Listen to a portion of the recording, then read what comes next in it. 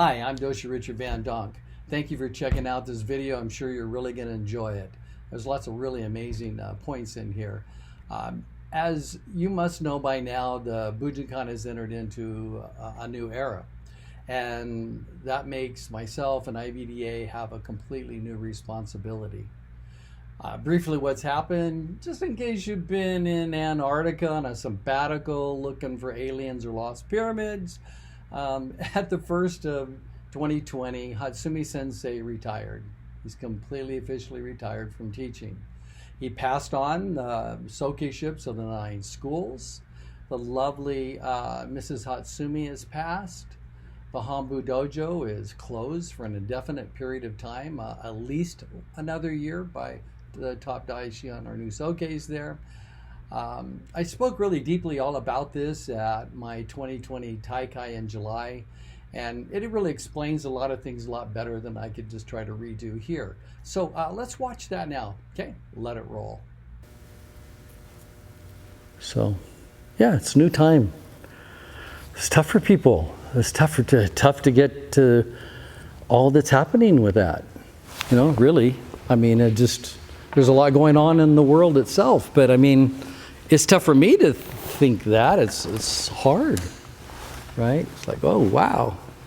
But for me, I just keep doing what he taught me to do, right? You know, what he empowered me to do. But people have to realize that it's been a couple of years, 3 years since there's been any memberships in the Bujinkan. The Hombu Dojo has not had any memberships, has not had any teachers for at least 3 years. He disbanded the Shidoshikai and all memberships. He granted the Dai Shihan the right to carry on the art and to administer their own cards. So the Hombu, he said, go align yourself with the Dai Shihan, somebody that's going to carry on the art after I'm no longer here. That's what he said. No memberships, people didn't let that totally sink in. At that moment, he also said no more ranks. He didn't want to issue any more rank certificates.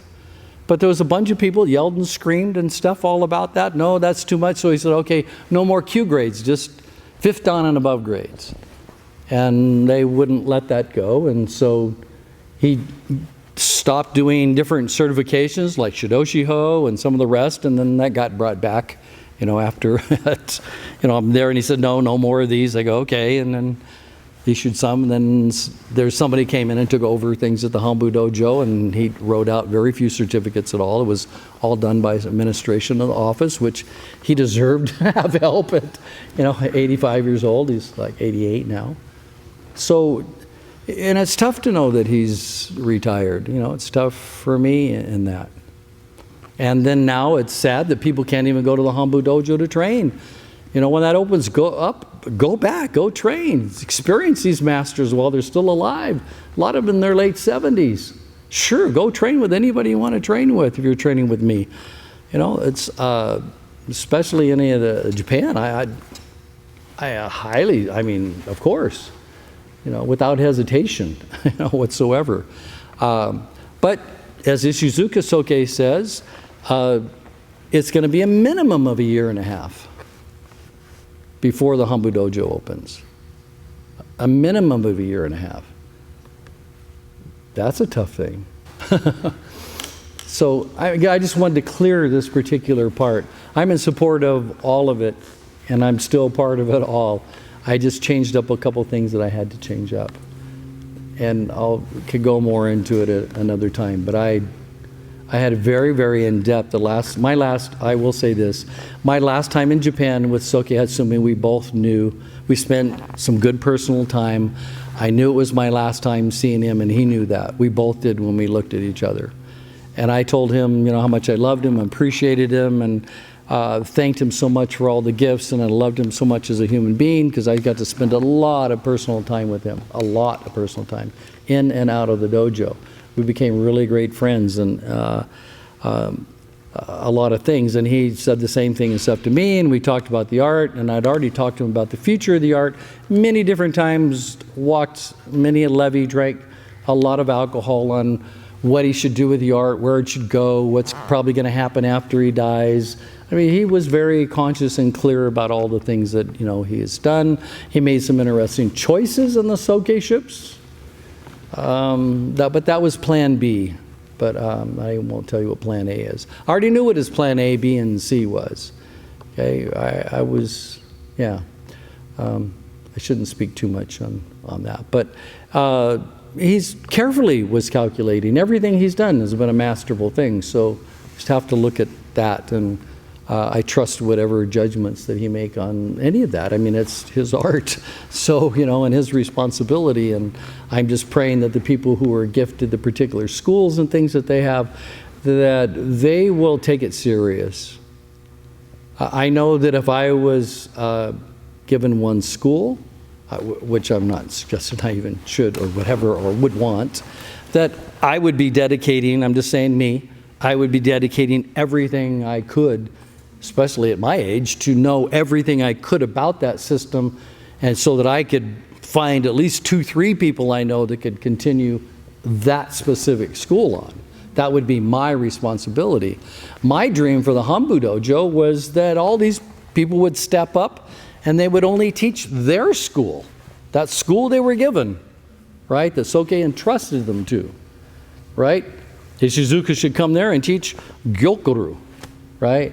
Each of the different masters should teach that school so that I could go to the Hombu Dojo and I could go, bam, get my Gyokuru hat on, right?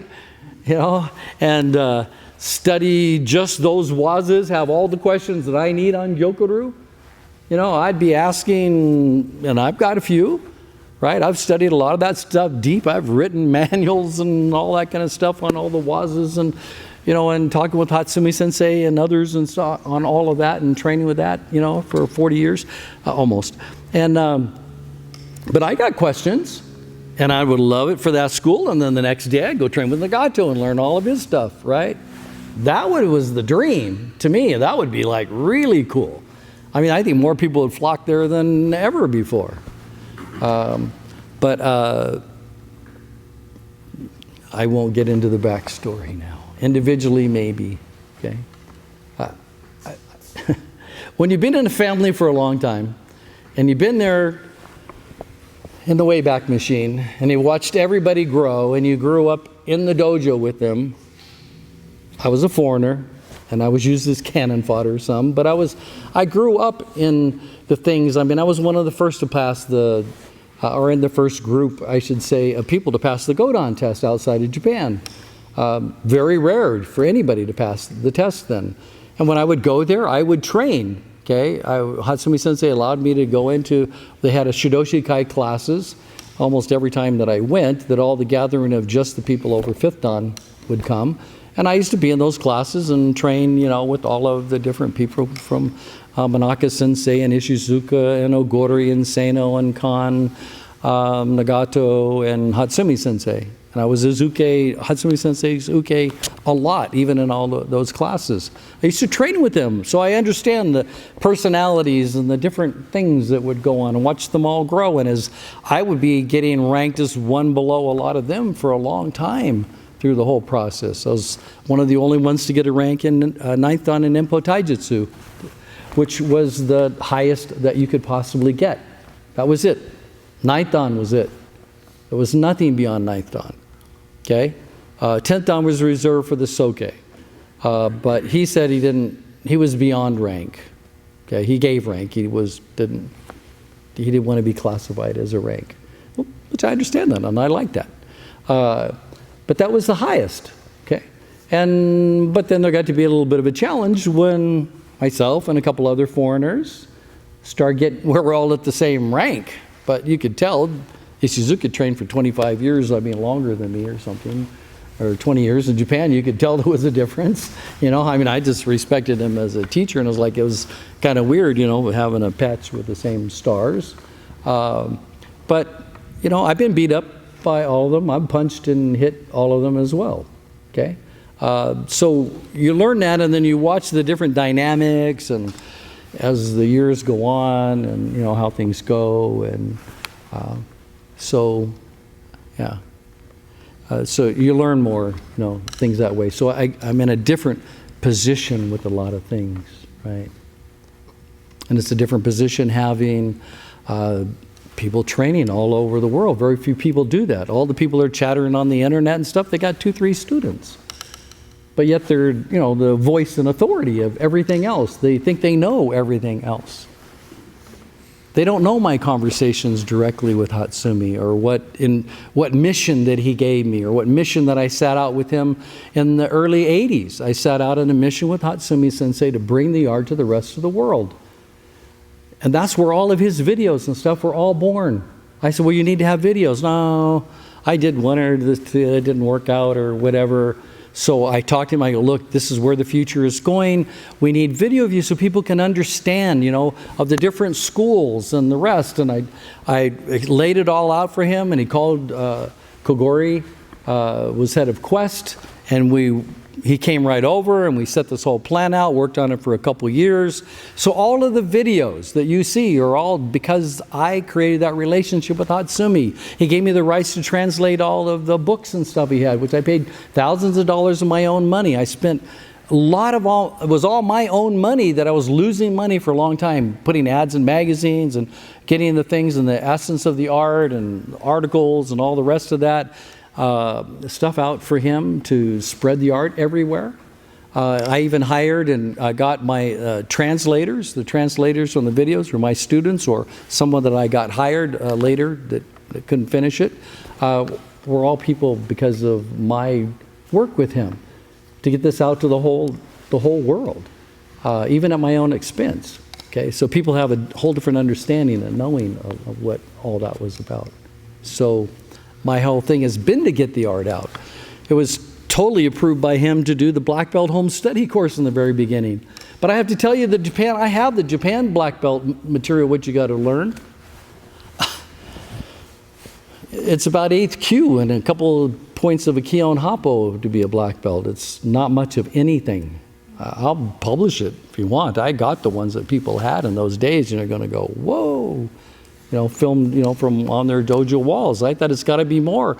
My problem is I came from a hardstyle karate school where everything had to be picture perfect, precise, and everything in a progression. And, I was old school that way with some really good teachers. So I thought there needed to be more. So I put more in there. And I don't need to go through my whole story on all that, but it wasn't an easy thing. It was 7 to 10 years working on the material and taking all the different things. It was just his material and not the things that other teachers had put out or whatever, just from him, coding it, going back to Japan, working on parts and pieces, looked at, well, you need to make this fist and this before you can make this fist, and before you can do this action, before you can, and laid the whole system out step by step, succinctual, or whatever that is. While I was studying master teachings in neurolinguistic programming, it's a science of how you store, encode, and process information, modeling skills of how to become the best you can be in anything. And I did that, and I was teaching trainers, and I just mapped out the material so that it was in a sequence that you learned it in a progression as I put it together. So a lot went into it. It wasn't just a weekend thing for me to make money. I didn't even want it that way. That wasn't even it. It's costing me money. I made way more money in the financial consulting, and owned an insurance agency and did financial consulting in Los Gatos and Monterey and Carmel. I mean, this was a tithe that I was giving back. Okay, people think the other thing, but they haven't seen the reality at all. Okay, so so I just love the art. Why would I spend all those years doing all of that stuff if it wasn't for you guys? That's a lot of work. Trust me, a lot of work. I just love the arts, and I want people to get the best they can out of it. Okay, I'm just thinking about how do we move things to the future, right? In a way that's responsible, that carries the art on, in a way that Hatsumi Sensei is going to look down and be very happy, and Takamatsu Sensei. And there's been many leaders and many different changes in all of the names of all of the arts forever, for at least 1,000 years, probably longer. It wasn't always Gyokuru or Tagakuru or any of that. They have been changed, and different people have added different things and put different things in. But the art still remains, and the core of it always will. Yeah, for sure. But the art, it only really matters and carries on for you if you train. That's okay. Really, it's so I will do my best to make it clear that I've got this piece from something different than from my teacher, right? But I went there to learn from him, and I became a personal student of his in a ceremony, not just training. It was a personal ceremony in Ishizuka's dojo to be a personal student of Hatsumi. And so, that's my allegiance to that and to the art itself. And I'll still forever do my best to, put honor to that. Okay, always. Always. Well, I hope that you really enjoyed that. I enjoyed the sharing. I love this art so much. I'd love to share it with you if you're interested in that. We have a lot of amazing teachings. I spent a long time mapping out into progression for you to study from brand new beginner, to a master level teacher. Basically up to 5th Dan is completely available, to the general public. Why? Because we love the arts, and I am sure that you will too. And if you want to find out more about what we're doing and what's available, then go to Ninjutsu.com.